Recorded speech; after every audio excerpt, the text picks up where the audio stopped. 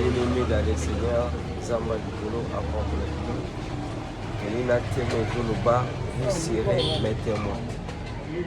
Dans Actes des Apôtres, chapitre 1, verset 8, la Bible dit et déclare: mais vous réservez une puissance, le Saint-Esprit survenant sur vous, et vous serez mes témoins en Judée, en Samarie, en Jérusalem, même à l'extrémité de la terre. Vous serez mes témoins. Cette déclaration, ça peut être une promesse qui devrait s'accomplir. En d'autres termes, cela veut dire c'était la prophétie. On avait prophétisé pour que ça puisse s'accomplir. Bien-aimés dans le Seigneur, il y a certaines personnes, lorsqu'on l'a déjà prophétisé, on l'a déjà parlé, que tu seras grand dans la vie. Ces personnes-là, ils ne voulaient pas travailler. Ils restent fermés dans la maison. C'est parce qu'on l'a déjà prophétisé. Mais lorsqu'on t'a prophétisé, on a déclaré sur vous que vous serez mes témoins. Tu recevras une puissance. Cette puissance ici, c'est qu'il y avait une mission qu'on voulait te confier, d'aller faire, d'aller évangéliser. Ce n'est pas de rester regarder ça à la maison. C'est parce qu'il y avait un but. Mais lorsqu'on t'a promis quelque chose, il ne faut pas rester. Il faut fournir des infos que cette promesse, que ça puisse se réaliser. C'est pour cela qu'il est justifié Jésus. Lorsqu'il y a eu ce message, ils ont entré dans les chambres hautes, ils ont commencé à persévérer avec la prière. Tout à coup, il y a un vent, il y a un Saint-Esprit qui est venu. Bien-aimé dans le Seigneur, pour avoir le succès en vous, d'abord, il faut écouter. Lorsqu'on écoute, il faut l'obéissance. Parce que d'abord, la première des choses, lorsque Jésus il a parlé, mais vous réservez une puissance. C'était une promesse. La première des choses, il y a la confiance.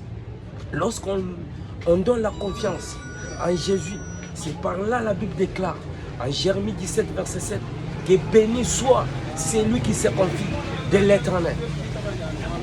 La première des choses, il y a déjà la bénédiction. La deuxième chose, il y a aussi l'obéissance. Lorsqu'on obéit à la parole de l'Éternel, c'est par là où on voit être supériorité. C'est pour cela qu'il dit en Deutéronome chapitre 28 verset 1, si tu obéis à mes voix, si tu l'observes et tu le mets en pratique, moi l'Éternel, je te donnerai la supériorité. Tu seras toujours la tête et non la queue.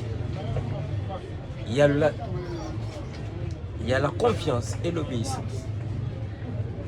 C'est pour cela, lorsqu'il y a la confiance, on ne va plus rester silencieux. On va rester persévérer en attachant avec l'Éternel.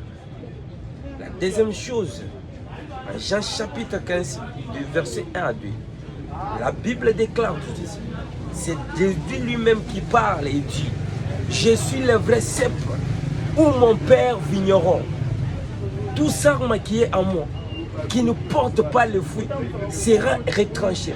Mais tout sarme qui va produire des fruits sera inondé à beaucoup de fruits.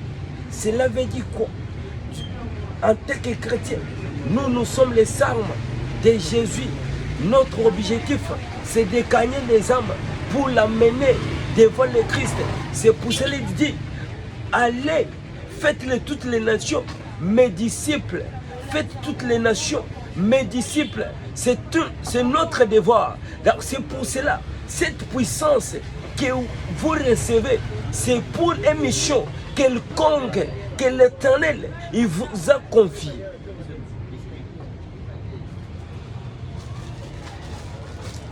C'est pour cela, sarme qui porte des fruits sera inondé à beaucoup de fruits. Parce que notre gloire, c'est l'évangile.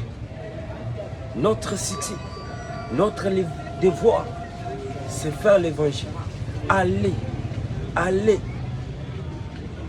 C'est pour cela qu'on ne peut pas recevoir une puissance pour garder ça à la maison.